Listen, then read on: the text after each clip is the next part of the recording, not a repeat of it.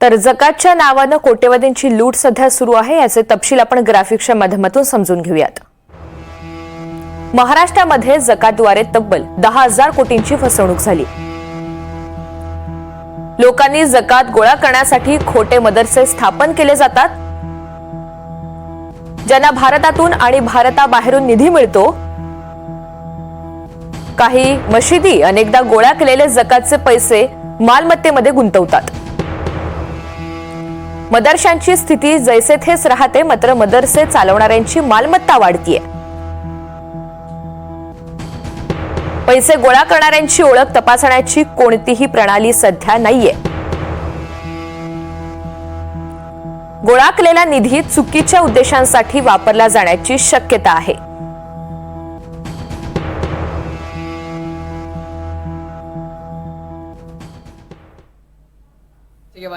तर मुस्लिम धर्मातील 5 महत्वाच्या पैलूंपैकी एक असलेल्या जकातशी संबंधित महाराष्ट्रामध्ये फसवणुकीचे अनेक प्रकार हे उघडकीस आलेले आहेत।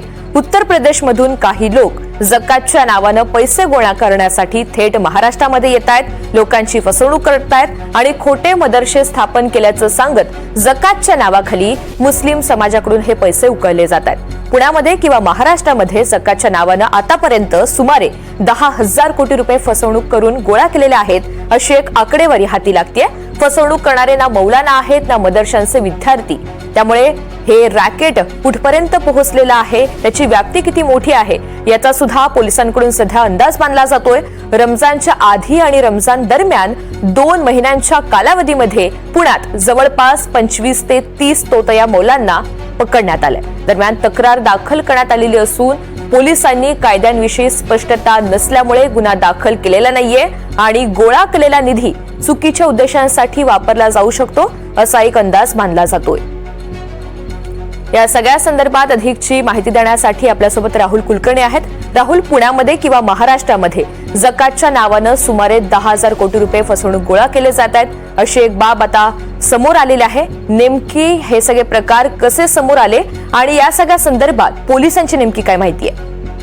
एक तर हे लक्षात घ्यायला हवं की ह्या संदर्भातली पोलिसात जशी तक्रार दिलेली आहे तसंच केंद्रीय गृह मंत्रालयात सुद्धा या संदर्भामध्ये जे काही प्रकार सुरू आहेत ते कळवण्यात आलेलं आहे। त्याच्या पोचपावत्या हे जे कौनान नावाची जी सामाजिक संघटना आहे त्यांच्याकडे स्वतःकडे आहे, पण ते एवढ्यावरतीच थांबलेले नाही, तर त्यांनी पुण्यातल्या बहुतेक सगळ्या मशिदीमध्ये या पद्धतीचा व्यापार सुरू आहे। आणि जकात की जी इस्लाम धर्मामध्ये जी 5 महत्वाची तत्व सांगितलेली आहेत त्यातलं तिसरं आणि अत्यंत महत्वाचं तत्व म्हणजे जी आर्थिकदृष्ट्या सबल असलेली व्यक्ती आहे त्यांनी याच समाजातल्या गरीब मंडळींसाठी काही पैसे द्यावेत, ज्याला जकात आपण म्हणतो, ही त्यामागची धार्मिक संकल्पना। आणि त्यातनं आता ह्या कौनांमध्येच काही लोक असे आहेत की ज्यांनी या जकातीच्या पैशाचा वापर करून शिक्षण घेतलं किंवा तत्सम काही गोष्टी केल्या।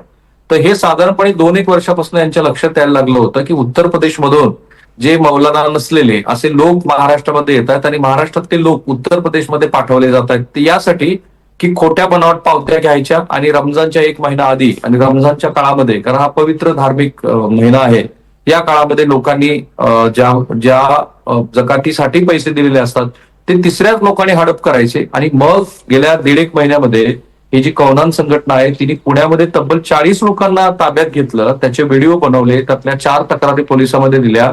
परंतु भारतीय नवीन जी आपल्याकडे भारतीय कायद्यामध्ये बदल झाले त्याप्रमाणे गुन्हा दाखलच झालेला नाहीये। आता त्यांनी केंद्रीय मंत्र्याकडे लिहिलेलं असलं तरी सुद्धा याची व्याप्ती मोठी आहे असं त्यांचं मत आहे। यांचं म्हणणं आहे की कदाचित हा पैसा राष्ट्रविरोधी कार्यासाठी सुद्धा वापरला जात असावा, कुणाचंच त्याच्यावरती नियंत्रण नाहीये। बनावट पावत्या छापल्या जात आहेत, उत्तर प्रदेशमधून आलेले लोक मदरशामध्ये जाऊन थेट पैसे संकलित करतायत आणि मूळ उद्देश जकातीचा हा आहे की ज्या भागातल्या नागरिकांसाठी हा निधी वापरायचा आहे तिथे तो वापरला जात नाही। आणि मग त्यांनी आता ते मस्जिदीमध्ये जाऊन त्याची लोक जनजागृती करत असतानाच पोलिसांना आवाहन केलं आहे की तुम्ही ह्या मंडळीच्या विरोधामध्ये गुन्हे दाखल करा। काही आपण जर ऑडिओ ऐकू शकला तर त्यातली एक केस स्टडी मी बघितली तर एक मौलाना त्यांनी पकडलाय की जो 1,22,000 रुपये त्यांनी स्वतःच्या पत्नीच्या अकाउंटवरती ट्रान्सफर केलेले आहेत आणि त्याशिवाय त्याच्या हातामध्ये लाखो रुपयाची रक्कम आपल्याला दिसते की जेव्हा ह्या लोकांनी त्याला पकडलं आणि पकडल्यानंतर तेव्हा त्याला विचारणा केली तेव्हा तो म्हणाला की माझं चूक झाली वगैरे। तर असे जवळपास 40 एक लोक पकडले, त्यांना योग्य ती समज देऊन सोडून देण्यात आलं। पुढचा मुद्दा फार महत्वाचा आहे की पुण्यातल्या लोकांनी उत्तर प्रदेशमध्ये जाऊन यासाठी करायचंय ते की पुण्यातल्या लोकांना पुण्यात लोक ओळखतील, त्यामुळे हे मौलाना नाहीत किंवा हे मदरशात शिकलेले मुलं नाहीत हे त्यांच्या लक्षात येईल, असा हा सगळा मोठा प्रकार आहे. अर्थात 2021-11 सालच्या जनगणनेनुसार त्यांनी मुस्लिम बांधवांची महाराष्ट्रातली आकडेवारी किती आहे आणि जकात साधारणपणे त्यातले किती लोक देतात त्याच्यावरून हा एक 10,000 कोटीचा आकडा मांडलाय. पण त्यांचं असं मत आहे की देशभराचा जर विचार केला तर याहून अधिकची आकडेवारी कदाचित सामोरी येईल आपल्या. आकडेवारी सुद्धा मोठी असू शकते आणि त्यातला आणखी एक महत्वाचा मुद्दा असा, गुन्हा अजून दाखल झालेला नाही आणि त्याच्या पुढे जाऊन हे जे लोक पैसे गोळा करतात त्यांची ओळख तपासण्याची कोणतीही प्रणाली सध्या तरी नाहीये. जर एवढी मोठी आकडेवारी असेल, केंद्राकडे पाठपुरावा केला जात असेल, तर यापुढे आता हे रॅकेट असेल किंवा या लोकांची ओळख तपासण्यासाठी नेमकी पोलिसांची कशी कारवाई किंवा रणनीती असेल?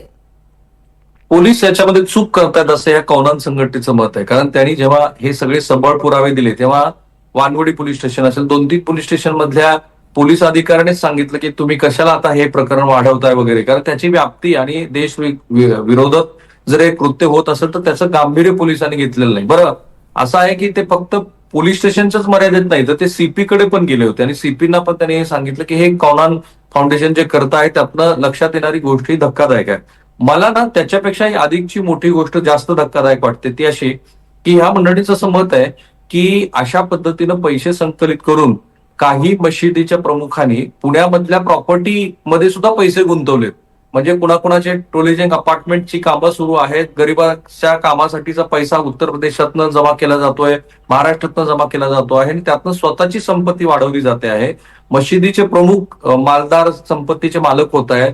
त्यांच्यात ते आले तेव्हा त्यांच्याकडे कुठल्याही मोठ्या अशा हायफाय गाड्या नव्हत्या, पण आता त्या हायफाय गाड्या आहेत. त्यामुळे पोलिसांनी एक करायला हवं असं त्यांचं मत आहे की हे जे लोक आहेत त्यांची ओळख ओळखून किमान एक 5-10 प्रकरणं जरी पुण्यात नोंदवली गेली तरी ह्या गोष्टीला आळा बसेल. आणि आता देश पातळीवरती जनजागृती करण्यासाठी आपण आता बघतोच आहोत की मशिदीच्या बाहेर उभा राहून किंवा प्रत्यक्ष मशिदीमध्ये अशा पद्धतीचे फलक लावून ते आपल्या पातळीवरती तरी जनजागृती करतात. पण मला आश्चर्य वाटलं की इस्लाम सारख्या धर्मामध्ये सुद्धा इतक्या मोठ्या प्रमाणामध्ये ज्या अपप्रवृत्ती शिरलेल्या आहेत त्यातनं कोणीतरी पुढे येऊन हे सांगत आहे की ह्या अपप्रवृत्ती आहेत आणि याचा बंदोबस्त पोलिसांनी करायला हवा, ते करत नसले तर आम्हीच करू.